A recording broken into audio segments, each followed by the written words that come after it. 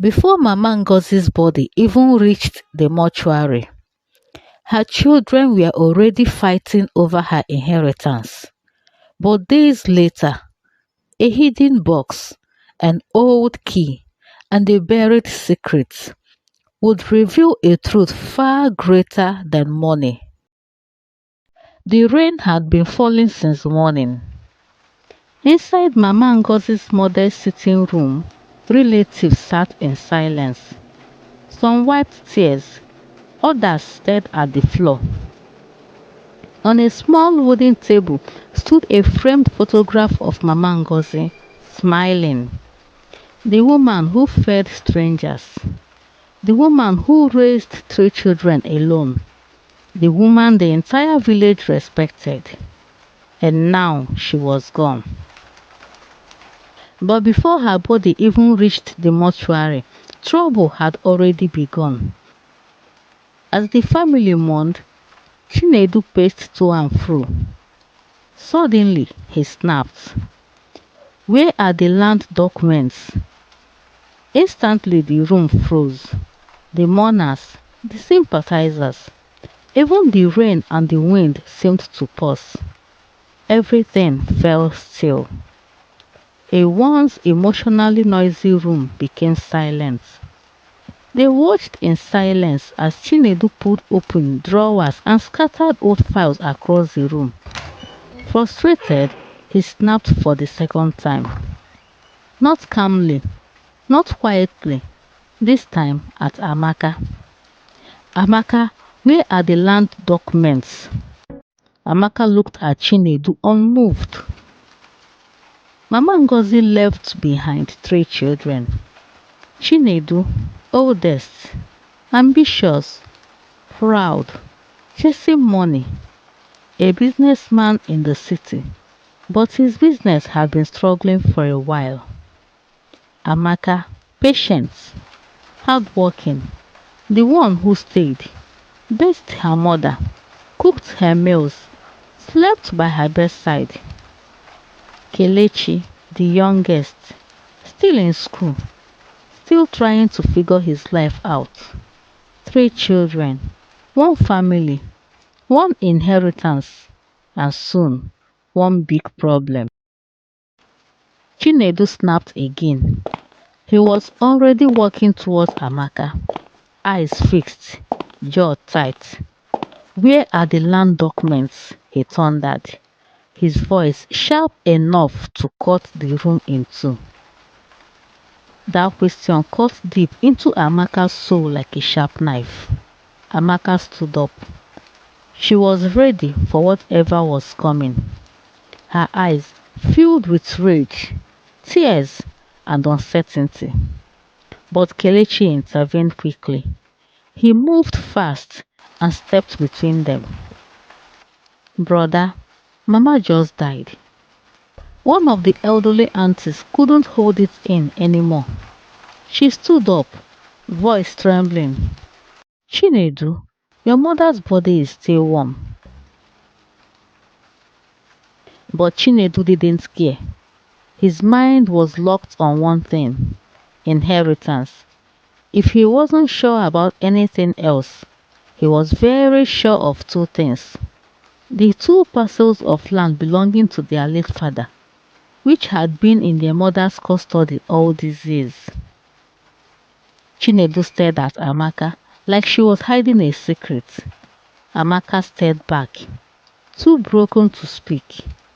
Kelechi stood in the middle, a boy trying to hold up a wall that was already cracking. The room was silent again, but Chinedu's eyes were not. They were still searching, still calculating, still burning. And somewhere in that house, the land documents were either going to be found or force everything apart. A day after Mama Ngozi's death, the house smelled of rain, smoke, and grief. Relatives moved through the rooms, folding clothes, sweeping dust, packing away memories that still felt warm. Kelechi was on his knees, wiping under the old wooden bed when his hand suddenly felt something. "Wait," he said. It was barely a whisper, but it drew everyone's attention. He reached deeper into the darkness beneath the bed and pulled something out. Dust filled the air. It was a metal box. Small, heavy, locked. The metal was dark with age. No name, no markings, nothing to explain why it was there. Amaka frowned and stepped closer. She wiped the dust with her sleeve, then shook her head slowly. "I have never seen this before. Not once." Before she could say more, Chinedu snatched the box from Kelechi's hands. He turned it over sharply and shook it once. Something moved inside. The sound was so small. He tried to force the box open, but he couldn't. They needed a key to reveal whatever it contained. They searched for the key in drawers, in boxes, in the kitchen, even under the clay pot where their mother stored water. Nothing. No key.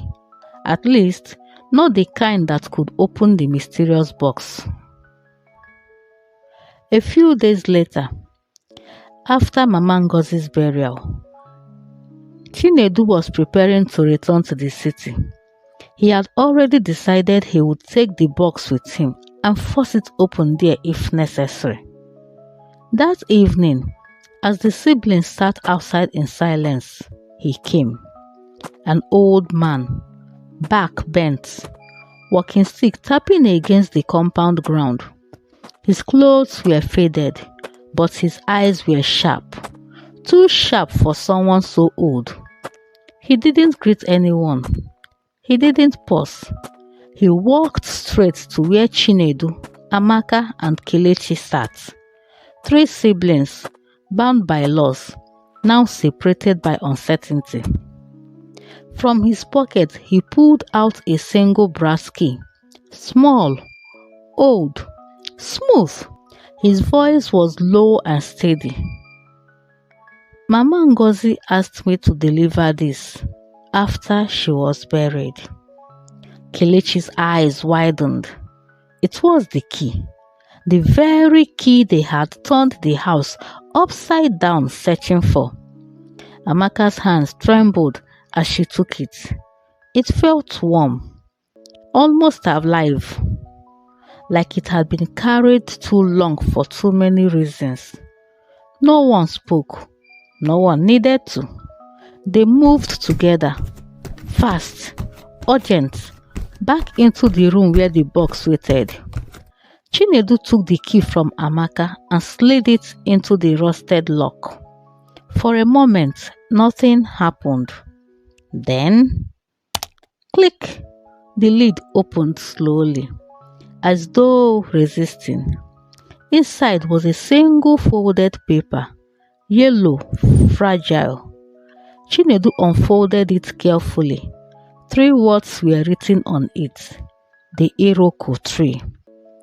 The siblings looked at each other, each carrying different thoughts, but all circling the same unanswered question: what is waiting at the Iroko tree?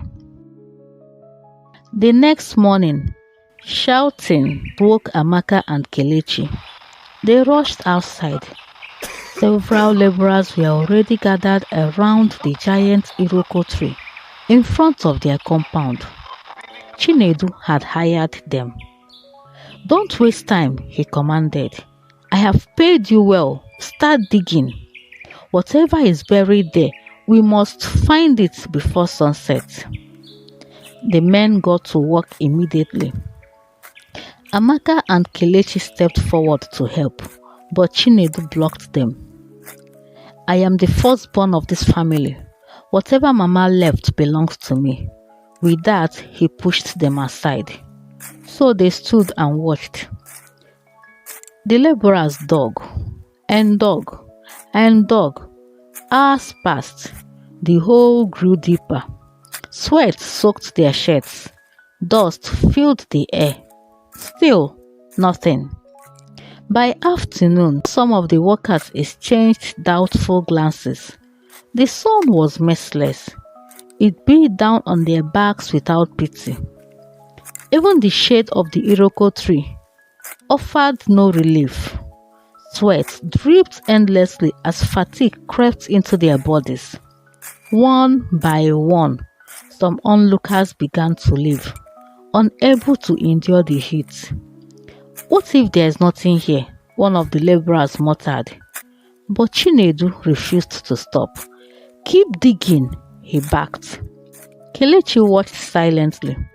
The heat pressed against his skin, but he refused to leave. Whatever their mother had left behind, he would not allow Chinedu to take everything. The sun seemed to grow harsher. He glanced at Amaka. She looked pale, drained, as if life itself had been slowly pulled out of her.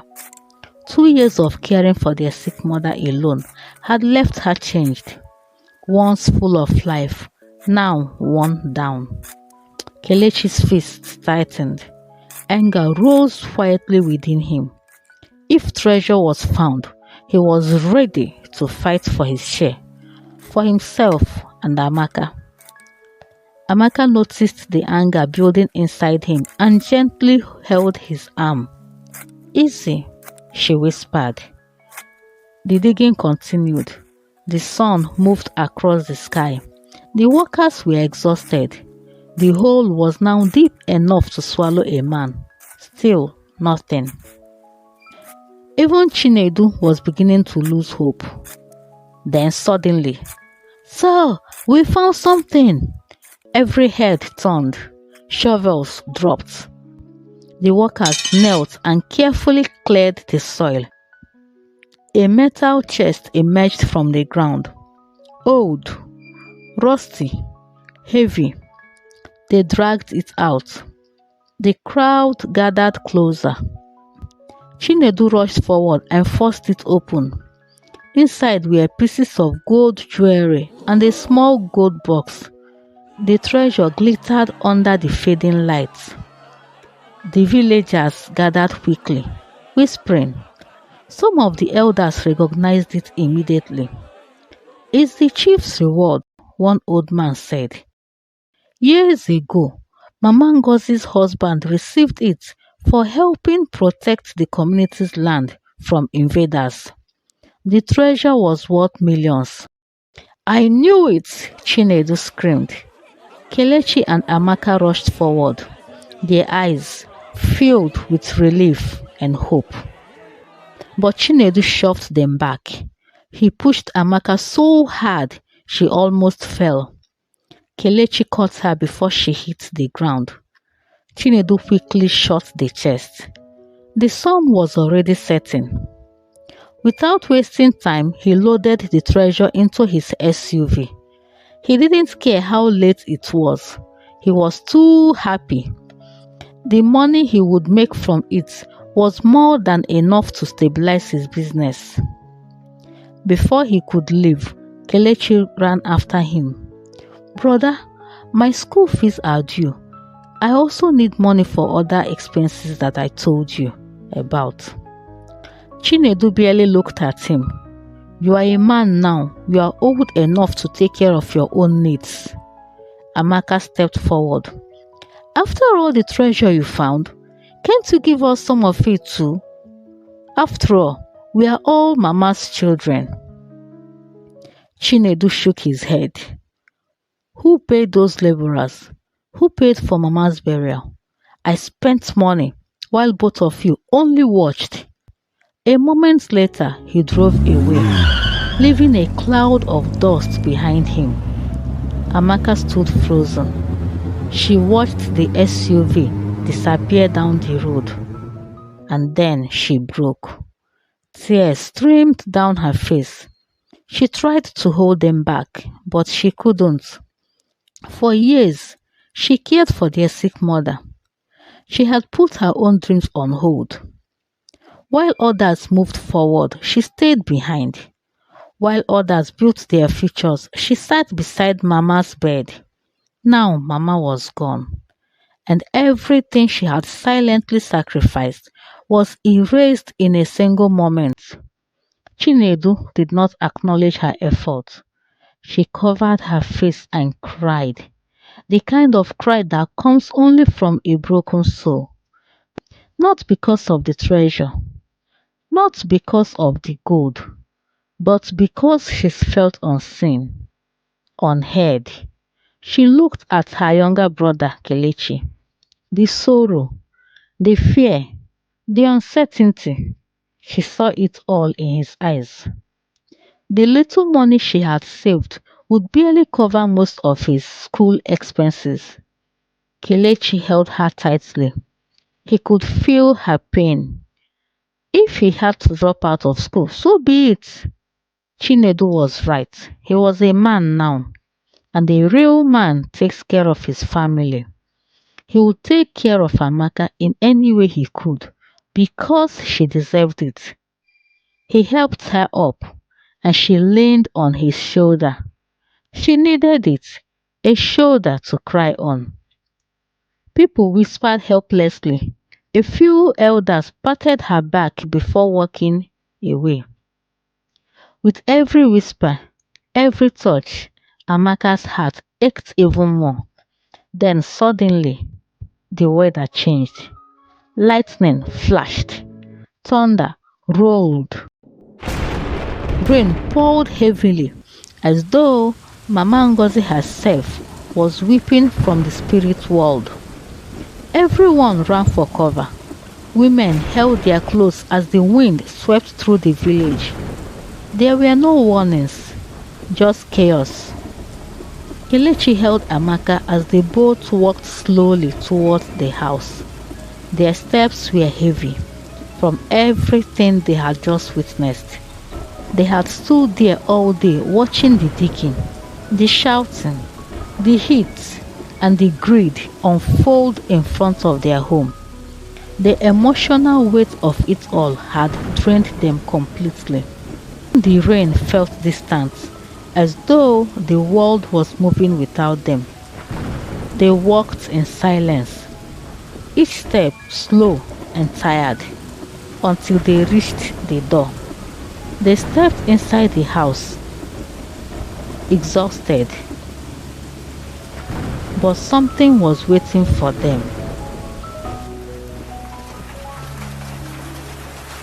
What do you think Amaka and Kelechi saw inside the house?